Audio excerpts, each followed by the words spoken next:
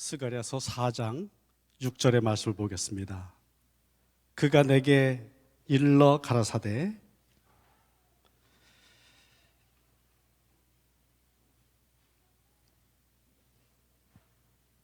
여호와께서 스룹바벨에게 하신 말씀이 이러하니라. 만군의 여호와께서 말씀하시되 이는 힘으로 되지 아니하며 능으로 되지 아니하고 오직 나의 영으로 되느니라. 스가랴서 1장부터 6장까지는 예루살렘 성전을 중건하던 이들을 격려하는 8개의 이상이 있습니다. 이 시간에는 5번째 이상인 스가랴 4장을 살펴보겠습니다. 스가랴는 이상 속에서 아주 특별한 것을 보았습니다. 4장 2절로 3절입니다. 내가 보니 순금 등잔대가 있는데 그 위에는 기름그릇이 있고 또 그 기름그릇 위에 7 등잔이 있으며 그 기름그릇 위에 있는 등잔을 위해서 7 관이 있고 그 등잔대 곁에 2 감람나무가 있는데 하나는 그 기름그릇 오른쪽에 있고 하나는 그 왼쪽에 있나이다.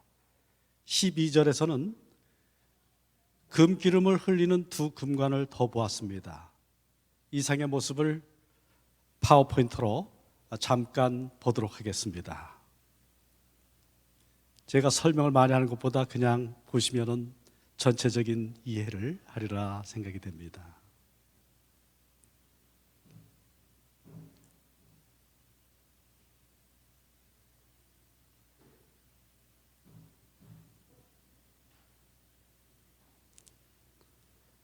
네.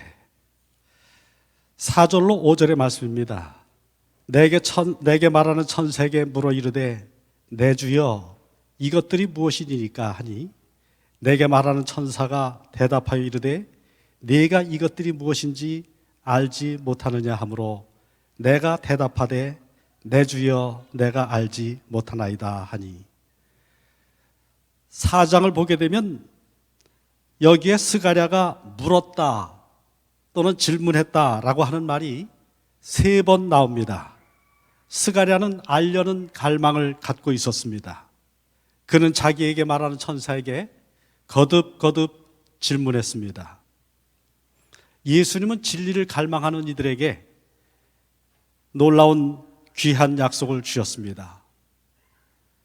요한복음 16장 13절의 말씀, 진리의 성령이 오시면 그가 너희를 모든 진리 가운데로 인도하시리라. 스가랴 4장 6절에 그가 내게 대답하여 이르되 여호와께서 스룹바벨에게 하신 말씀이 이러하니라. 만군의 여호와께서 말씀하시되, 만군의 여호와는 원어로 야훼 체바오트입니다. 야훼 체바오트는 구약에 260번 나오고 그 중에 스가랴서에 52번 나옵니다. 구약에 나오는 만군의 여호와의 5분의 1이 스가랴서 14장에 사용이 되었습니다. 만군의 여호와는 군대들의 여호와란 뜻입니다. 하늘과 땅에 있는 어떤 세력이든지 하나님께서는 그분의 군대로 동원하실 수 있습니다. 별들과 하늘의 천군 천사까지도 동원하십니다. 틀림없이 성공하여 또 승리하여 그분의 뜻을 성취하시는 절대 주권자가 바로 만군의 여호와이십니다. 바벨론에서 돌아온 백성들은 여호수아와 스룹바벨의 지도하에 예루살렘 성전을 건축하기 시작했습니다. 그런데 사단이 이것을 그냥 그대로 내버려 두지 않습니다. 예루살렘 성전 중건을 두고 치열한 영적 전쟁이 벌어졌습니다. 사마리아와 주변 백성들이 으르렁대면서 반대했습니다. 성전 건축을 적극적으로 도와주었던 페르시아 정부가 중단시켰습니다. 온 세상이 반대하는 것처럼 보였습니다. 사면이 다 막힌 것처럼 보였습니다. 하나님 백성은 낙담했습니다. 더 이상 일할 용기도 힘도 없습니다. 자기 집 짓기에 바빴습니다. 기근까지 들어서 먹고 살기가 힘들어졌습니다. 그들은 포기했습니다. 이대로 가면 성전 건축은 끝이 납니다. 이 모든 장애물을 향해서 하나님이 말씀하셨습니다. 7절의 말씀입니다. 큰 산아, 네가 무엇이냐?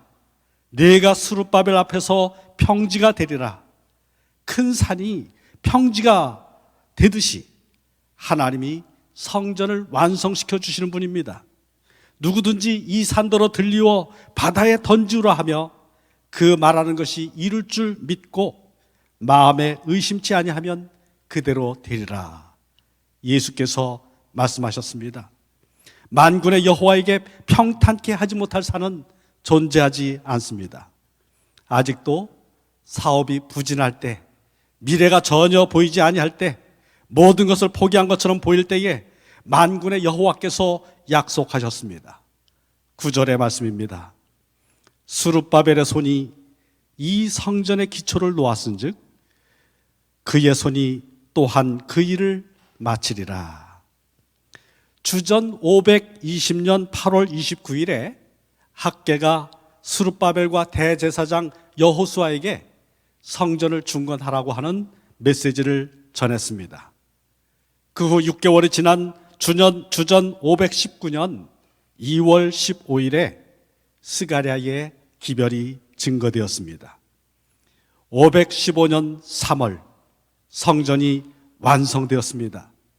주전 586년에 솔로몬 성전이 파괴가 되었는데 거의 70년 만에 제2성전 스룹바벨 성전을 완공하고 하나님께 봉헌했습니다. 정말 짧은 시간 동안에 성전이 완성된 것입니다. 이 기적이 이루어진 비결에 대해서 스가랴 4장 6절은 말합니다. 이는 힘으로 되지 아니하며 능력으로 되지 아니하고 오직 나의 영으로 되느니라. 이는 힘으로 되지 아니하고 능으로 되지 아니한다고 했습니다. 침범해 오는 적들을 막을 군사력도 없었습니다. 일할 역군들도 부족했습니다. 재정도 모자랐습니다. 아니, 전혀 없다고 봐야 될 것입니다. 이 모든 것들은 필요해도 절대적인 것은 아닙니다. 오직 나의 영으로 되느니라. 하나님이 예루살렘 성전을 중건하는 이들에게 7 등잔이 있는 순금 등잔대를 보여주신 것은 의미심장합니다. 모세가 지은 광야 성소에는 7 촛대가 있는 황금 촛대가 있었습니다. 이 촛대는 한 달란트의 정금으로 만들어졌습니다. 이 촛대는 감람유로 불을 밝혔습니다. 제사장은 저녁 때 이 촛대에 새기름을 채우고 아침에 심지를 다듬어서 불이 계속해서 충분히 빛을 발하도록 하였습니다. 그런데 계시 속에 나타나 있는 이 순금 등잔대는 제사장이 기름통을 갖고 가서 채워줬던 옛 성소의 7 촛대와는 다릅니다. 계시 속의 등대는 그 위에 기름 그릇이 있습니다. 그리고 그 그릇은 감람나무와 직접 연결되어 있습니다. 감람나무에서 직접 기름을 공급받았습니다. 하나님이 직접 등잔에 황금색 기름을 공급해 주셨습니다. 스가랴가 계시 중에 본 감람나무로부터 흘러나와 등을 밝혔던 황금색 기름은 성령을 뜻합니다. 나의 영, 곧 하나님의 영으로 됩니다. 성령이 하셔야 합니다. 영적 전쟁은 성령으로 승리합니다. 큰 산을 평지로 바꾸는 것은 하나님의 영이 하십니다. 스가랴 4장 10절의 말씀입니다. 작은 일의 날이라고 멸시하는 자가 누구냐? 제2성전의 기초를 놓았을 때 옛 성전을 보았던 이들 중에는 대성통곡하는 사람들이 있었습니다. 너무 볼품없었기 때문입니다.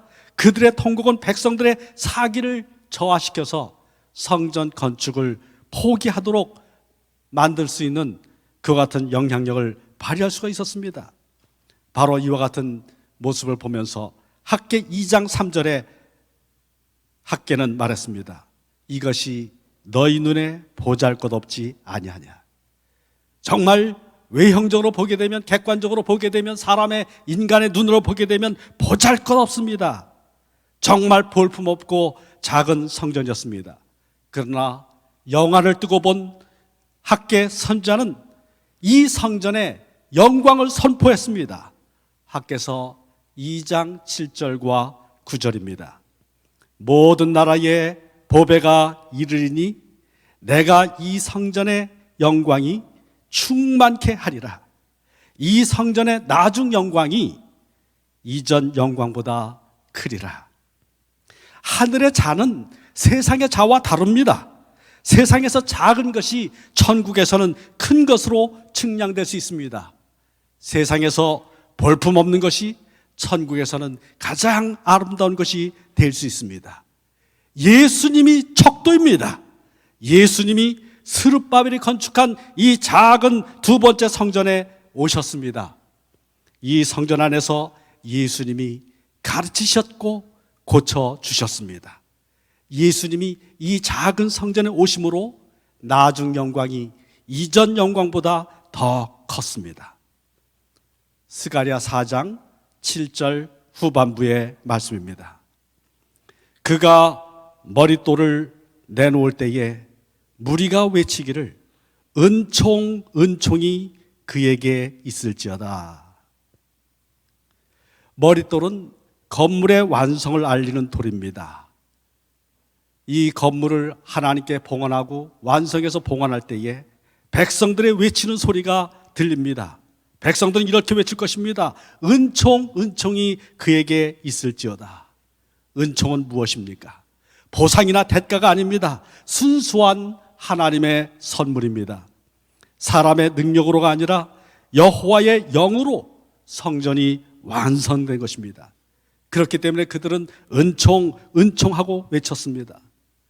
성소와 관련된 모든 것은 그것이 제사이든 제사장이든 기물이든 건물이든 그 어떤 것이든 예수 그리스도와 관련이 있습니다.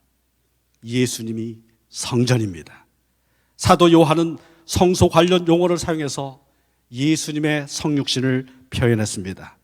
요한복음 1장 14절의 말씀입니다.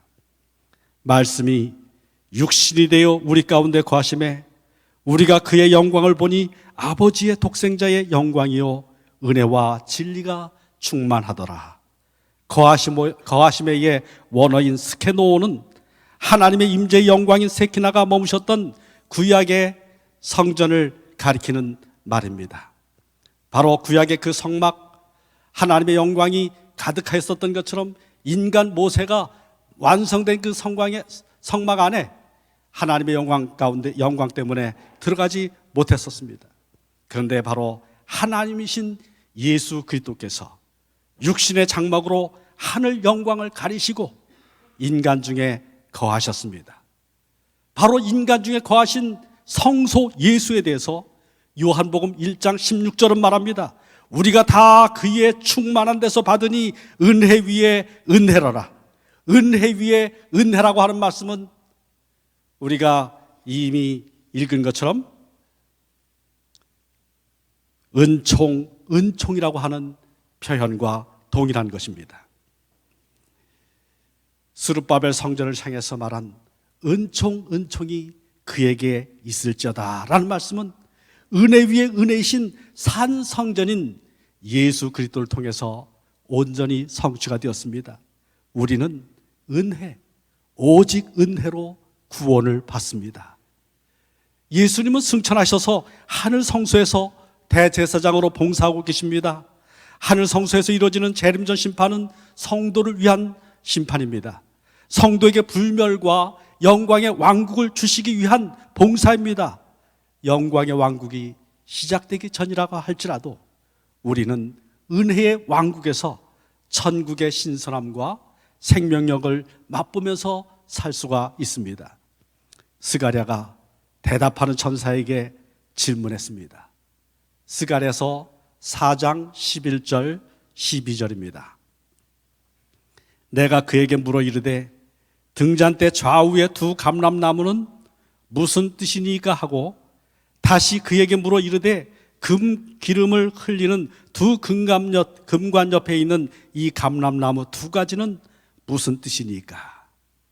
스가랴는 두 감람나무에 대해서 질문하고 있습니다.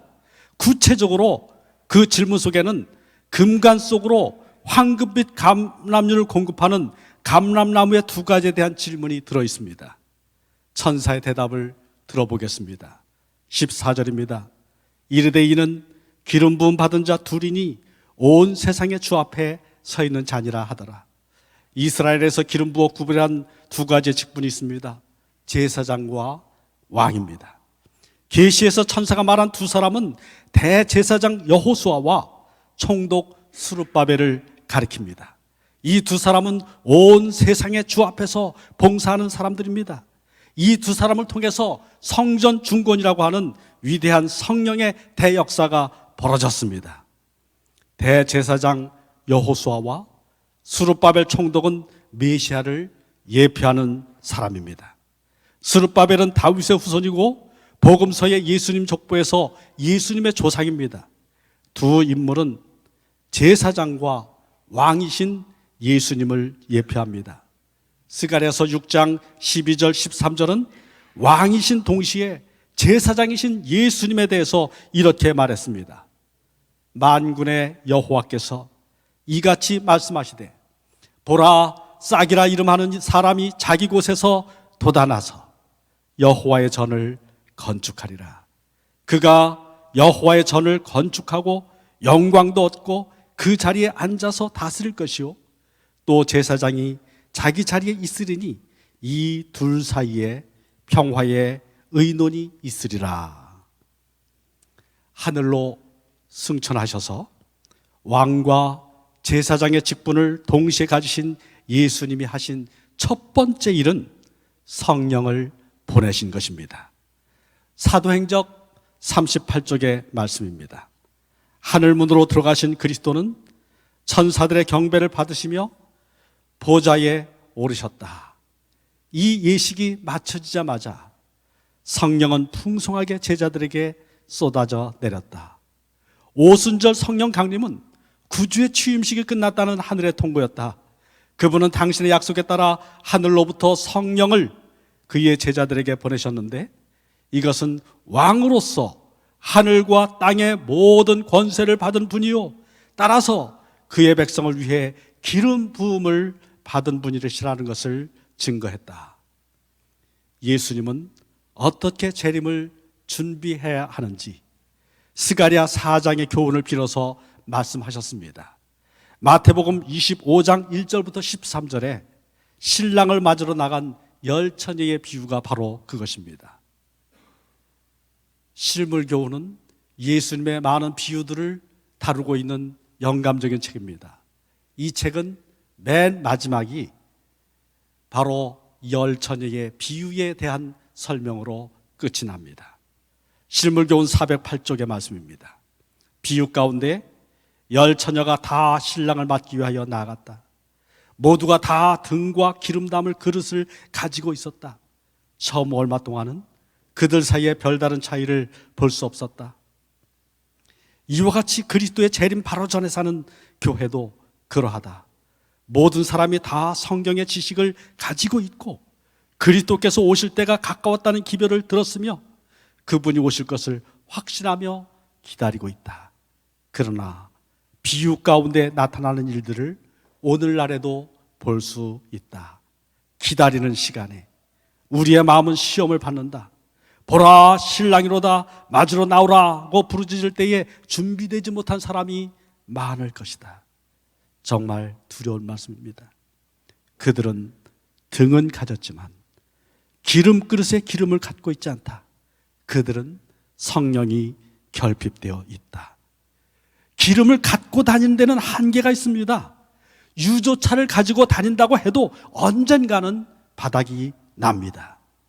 예수와 연결되어서 성령의 기름을 무한대로 받는 자만이 주님 앞에 설 수가 있습니다. 바로 그런 사람만이 은총을 받은 사람입니다. 우리가 가진 것이 얼마만큼이든지 우리의 지위가 어떠하든지 우리 주님께서는 그를 천국에서 큰 자로 여기십니다. 스가랴 4장 6절은 오늘 우리에게 호소합니다. 이는 힘으로 되지 아니하며 능력으로 되지 아니하고 오직 나의 영으로 되느니라. 오직 나의 영으로 되느니라. 말씀을 마치겠습니다.